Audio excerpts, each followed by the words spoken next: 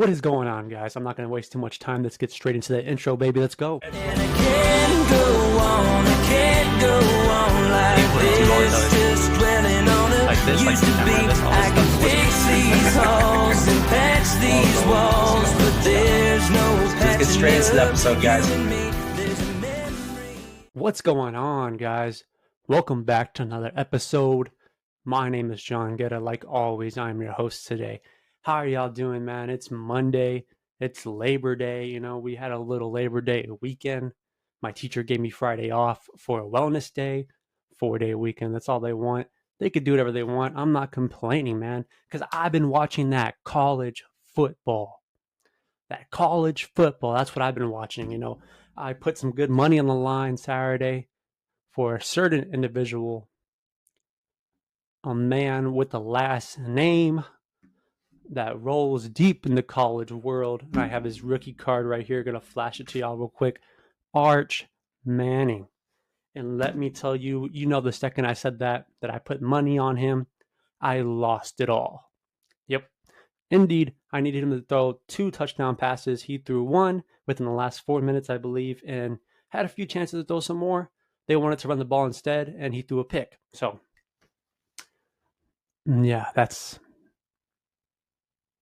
how it goes, isn't it? That was it. You know, we started it off hot, and then I started to come back. You know, I was like building some momentum. I was like, you know what? Let's get another one in there. So I put UTSA over total score versus A&M, 58.5, and Clemson to get that win. UTSA prevailed, losing, but they did get the points I needed. And Clemson decided, let's lose a game. So then yesterday, I was like, you know what? Notre Dame versus Miami. Notre Dame was down. I believe it was 21-7. And I was like, I believe, man. I felt something in the air. I was like, you know, I was putting my hands up when I felt it. I felt them telling me Notre Dame's going to come back. They're going to win this game. And you know what I did? Boom. Boom. Bet on Notre Dame. Odds were so good. They were so juicy. Came back, tied it. Miami wins by a field goal. So it's not a good start. You know, not a good start. Definitely behind. I got a bet on for today. I got TCU winning, but you know, I think that it's gonna be. I got 2 touchdowns. I forgot my parlay, but I'm pretty confident in it. Rushing is discounted 2-man, but I'm gonna be parlaying. I'm gonna be at that Texas State UTSA game this Saturday. I'm gonna be fired up, baby.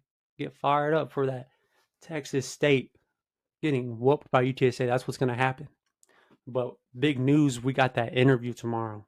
Tomorrow morning, 10 o'clock, we got that interview. Big moment, but gonna get out there, do what we can, answer the questions. They're gonna be recording us just like this, so it's gonna be like me and someone else just yapping away. But a bigger thing after, I got that stand-up open mic. You know, there was a time where it was a month away. There was a time where it didn't even come in my head. But now it's a day away. A little nervous, got to go sign up. You know, we'll see if they put me in the lineup. They might not even put me in the lineup. So, you know, that's always a possibility. That'd be pretty funny, right? All this hype for me not even being in the lineup. People are there waiting for me, and I don't even show up. But yeah, so let's talk about the news real quick, guys. Let's get on that. You know, trespassing snake apprehended at Texas car wash. You know, there was a large snake caught trespassing at an Austin car wash, released back into the wild with a stern talking to, but no tickets issued. That's BS, man. That is BS. You know, let me tell you something. I have 2 trespassing warnings. That's all I'm going to say about that. 2 of them, I wasn't aware. 1 was a warning, you know. Other one, it was close to a ticket, warning. There's a rumor if I get a 3rd, I'm going to be facing some time. You know, I'm going to be behind bars. So, I don't know. I got to be a little cautious about where I'm at, what time it is, all that. You know, the first one, I was playing basketball at a park there. Okay, I don't want anyone to think I was doing anything bad. I was playing basketball at a park, and the park was closed, and I wasn't paying attention because me and my friend were playing basketball, and it got late. So, the cop stopped by and was like more of a cautious. You're like, yeah, this place is really known for robberies and stuff. I'm just going to give y'all a warning, but please just don't be around here in that time. So, yeah, I was a little scared. a little scared. Second one, I was at another park. I was at the park right here by my house. Ain't gonna leak that, but park by my house. Got chill. It was closed supposedly, but it was really early. Actually, no, I just think it was like trespassing. I didn't know that you couldn't actually go on the field. You can't go on the field. And all of a sudden, an alarm, they're like, get off the field. You are trespassing. And then when we got off, we are like, okay, so we are leaving. A cop pulled up and talked to us. It was actually a noble moment because we were about to leave and then they saw the cop looking around and I was thinking like, I don't want the cop to be just like there for a long time, just looking. If I could just walk up to him and tell him, hey, it was me, but I'm leaving. But yeah, he looked at it. He was like, hey, you have another trespassing warning? And I was like, dang, yeah. So yeah, but that's BS, man. That's BS. The snake got away with that. A little slap on the hand. Majority of us would have got a ticket, man. I would have faced jail time. So I think that's some BS. I think we need to look into that.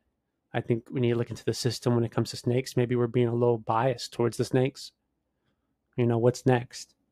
He's gonna come back with a ski mask on, and everyone's gonna just turn a blind eye, act like they can't see him slithering around, little snake in the grass. What if I'm walking by one day and he just right at my foot? I used to be scared of that, getting bit by rattlesnakes, dude. I used to think about that a lot. My dad would always tell me about it. And I would go out to the country because a lot of his friends live out there. And we'd be walking around, and I'd be kind of like scared because I thought I was going to hear a rattle. But supposedly it doesn't sound like a straight rattle. Like, shh. So supposedly it sounds like a broken pipe or something, like a broken water pipe. That's what I hear. People say that. Like, it doesn't sound like the rattle you hear in the movie, I guess. So, yeah, I've been looking out for that. That's still a fear. I'm scared of that. I've never really ran into a big snake in like the public area where I'm just like chilling. Oh, one time though, I was at South Padre, dude, and I was walking with my cousin, and we were like walking, and all of a sudden we see like this girl just on the floor, like blood coming out of her ankle, and everyone's like around her because it was like that little path, like from where the house is, and then you have a little path to go to the beach. And there's like grass all around that, like big, tall grass around there. Well, supposedly when she was walking, a snake was coming by and just bit her and then left. So yeah, that was pretty horrifying, man. That's pretty horrifying. But that's what you don't know. Like, how am I going to let the snake go? What is he going to do to me? Drop him off. Take him somewhere else, man. Get him out of here. Deer rescued after plunging into Michigan's resident pool. Sometimes you get a little risky. I've seen this happen with people, man. Sometimes you feel a little risky. You're like, I want to get in that pool. People tell you can't swim, and you're like, I want to jump in there. I want to prove people wrong. And sometimes we don't always go for it because we're like, oh, I'm gonna drown. But this deer, let me say something. This deer had guts because it jumped in that pool when there was no reason. Maybe there was no one around. Maybe it was like a personal thing. The deer was like, I'm going to prove to myself I can swim. Maybe the other deers were telling him, hey, we don't do that. You're not made to swim. And that deer doesn't listen to other people. He makes his own chances. He makes his own opportunities. So when no one was looking, that deer was like, I'm going to prove them wrong. Maybe give a little head start. Jumped in that bad boy. Sometimes when you take that leap of faith, it doesn't always work out. And I guess like it just didn't work out this time, but luckily had some help. Luckily there was people around. Saved that guy. Saved that brother, as I'll say. We got him out of there. That's good for him. That's good for him. I'm happy for that deer. Taking chances that no one else is willing to take, man. Taking chances that no one else is willing to take. That's all that is. Guts. We need more guts. I'd hire that deer. I'd work with that deer. Because that's someone I can trust. Someone that's willing to do something that no one else like them can do. Yeah. Big week ahead, guys. Big week ahead. I got a free ticket to go see The Weeknd Wednesday. Supposedly the first time I've ever been in San Antonio. So it's my first true concert. I've been to like a few things. Like I was at the Pitbull Final Four thing, but I don't consider that like a real one. That was a pretty cool concert. I loved it. But it was free. Just a walk-in thing. This is free too, basically. But it's like in building, like everyone like, kind of like flicking, getting lit kind of thing, as I'd say. But I've never been to something like that before. So that's going to be interesting. Thursday, football's back, full back. You know, we got NFL, Cowboys versus the Phillies. Phillies gonna win it. We know that. We don't have to be too silly. All those Cowboy fans out there, y'all little silly guys, a little silly. I like getting a little silly on me, but I'm really hyped about that football, man. You know, usually I don't be watching like that. I think there was like one year I really toned into football. Was the playoffs was 2018, I believe. Was it 2018? When I remember because it was so hard for me to just sit down and watch and enjoy sports because I played baseball year round. So I was like every time, every weekend I had to be playing. Like I was at a tournament, you know. So we're out there stressing, working, playing. You know, I would stress a lot during baseball, man. I stressed all the time because it was like the sport was just, you know, I just was never proud of myself. I was always judging myself. I was always hating on myself. I mentally took myself out of the game before anything bad really started, you know? And it's crazy that I do that. If it's like I had a I don't want to say I had a coward's mentality, but that's the way I see it now. It's like I gave up. Like I would give up. If the big moment came, I didn't want to be a part of it. I was being honest. Being honest. You know, when I was younger, that's how I was. If there was that big game winning moment, I wanted to be anyone else but me. Don't put me in it. That's how I saw it for such a long time. And then after a while, it was like, you know, a switch kind of came into me. And I was like, I want to be in that moment. I want to show everyone that I can. You know, I want to have the strength of the others on me. I want to feel the momentum of that moment. I want to live for it. I want to deliver. And yeah, it may have came a little late. You know, it may have came towards the end of everything, of my whole baseball and all that, you know, but it's hard to say that, you know, what would have happened if I always had that mentality. I don't know. I feel like when it came to baseball, I had a lot of talent. I had a lot of natural talent. You know, I would never really practice. It was like whatever ability I naturally had is what I would come into the game with. And it was pretty good. You know, my fielding was really good. And that's what I always liked, that is that my reflexes, I have really good reflexes. Like even now, you know, I was coaching the other day, and like we were like we're practicing, and some kid threw a ball. Like he threw it and went right across my face. So I just turned like that and like that. And I just caught it like that. And I looked, you know, you feel kind of cool. You don't want to say anything because you got to be nonchalant. But I felt pretty cool. If I'm being honest, I felt pretty cool. I was like, yeah, I still got it. I still got it, man. Yeah. I ran 10 miles the other day. Felt pretty good. Being honest, I took those 2 weeks off of running because I started getting shin splints. And now I've started coming back, you know, started running a little bit more, and I feel good. I feel good. I feel my confidence is pretty high when it comes to running. I think I could do the marathon. For me, the marathon is more of like a mental thing, man. It's like, oh, I'm going to be running for 4 hours. You know, this is going to be a long time. I did the 10 miles the other day. We took it pretty slow. So it took like 2 hours. And then we were going to go for 15, I believe. We were going to do 15, but then it started raining. So like, now we'll call it. We didn't want to get stuck in the rain. It started raining really hard, and it started flooding. And the area where we were by the Riverwalk, and you know it could flood pretty bad there, and we didn't want to get caught in anything because it's dangerous. You know, it can be really dangerous. You don't want to be caught in stuff like that, and especially if like we fall in the river or something, then we're really in trouble. So yeah, I just sometimes you gotta think about the safety parts of things. I feel like especially when you're little, especially like when I'm coaching kids, I see that, and I remember how I was. It was like you don't think anything could happen. You never think anything can happen, and the older you get, the more cautious you become about a lot of things. Even now, I'm still young, dude. I'm 21. I'm a kid, basically. To a lot of people, I'm still a child. But it's like, I feel like I've gotten to like really see a lot of things. But yeah, I don't know. I don't know. I love how I always give a statement and then I'll say, I don't know. I feel like that like really like kind of neglects everything I said before. Like I'll give a really good statement to some people and then at the end I'll be like, but I don't know. You know, what do I know? Perspective. Perspective. A lot of things come down to perspective. How you see it, how you want to see it. But I'm hyped for that football, baby. But how far are we? 2 hours away from North Carolina versus TCU, and I'm hyped. I'm hyped. I'm a little nervous for tomorrow, though, if I'm being honest. I'm really nervous. You know, I'm really nervous, and I already know I'm gonna be so nervous, man. Like I feel it. If I'm this nervous right now, and it's like 15 hours away, Imagine when I'm walking on stage or when I'm going in for the interview. I get nervous. I'm a really nervous guy. I'm being honest about that. I'm a really, really, really nervous guy. Like, it gets to me, but it elevates me. I feel like it really does elevate me. Like, it makes me going from just like chill to like this, like this person brought to life, this character, And I don't want to say like I'm a character, like I play a character. I don't think I do, but I think I feel the sensation and I kind of like I overload on it.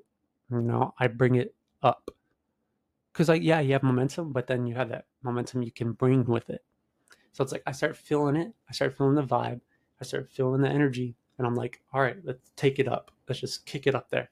And I just want to be able to do that. I love that I can do that. I love that ability because, man, when I think about the old days, I get scared. And I think I get scared sometimes because I feel like my mind can forget that we have overcome that. I think that's a big thing. It's like sometimes my mind forgets because the other day in class, I didn't even tell you about my classes. So my public speaking class is like the one where I had to speak a lot. And when we were in that class, we all had to like share what we liked about public speaking, what we didn't like, all those things, talk about what we enjoyed about it. And I was getting nervous. Watching everyone talk, I was getting really nervous because you have the natural yappers, the people that just yap about random stuff. You have the people that have some experience and that field of communication, all that. And those are the ones that are like more formulated on what they're saying. It's more directed. Regular yappers, they're not really ever getting anywhere. They're just kind of yapping and then they just talking about something else. And hearing everybody talk, man, I got really nervous. It was kind of like I forgot. I felt like that kid from a few years ago that just wasn't able to talk. And then I opened my mouth and I started talking and I felt really good. I was being honest too. I was like, yeah, I get really nervous because I do. Like even right now, like I still feel nerves in me, but it makes me talk. It makes me talk. It makes me go. So I guess that's a good thing because the nervousness reminds me that something needs to get done. That it's time. It's like that switch. The nerves are the switch for me from going from like just a regular, like chill, laid back to let's go. Like it's showtime. And tomorrow, it's going to be showtime. Morning and night. It's time for me to showcase something to myself and to everybody. That's how I'm going to see it. I'm going to walk in there. No one's supposed to be good at stand up on their first try. No one's supposed to be good. Everyone's just supposed to bomb. But I'm going to go in there. I'm going to show. I'm going to show that there's a difference and that I'm going to make it. I'm going to show it off tomorrow. I am going to go in there and I'm going to do it for the ones that can't, as we've been saying. That's my big saying for y'all. I want y'all to remember that. Do it for the ones that can't. I'm going to do it for the version of me that couldn't.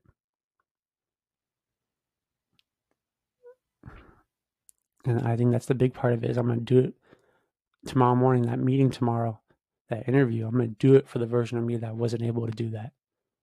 When I walk on stage tomorrow night in front of those people and I give that stand up, I'm going to do it for the version of me that couldn't even imagine it.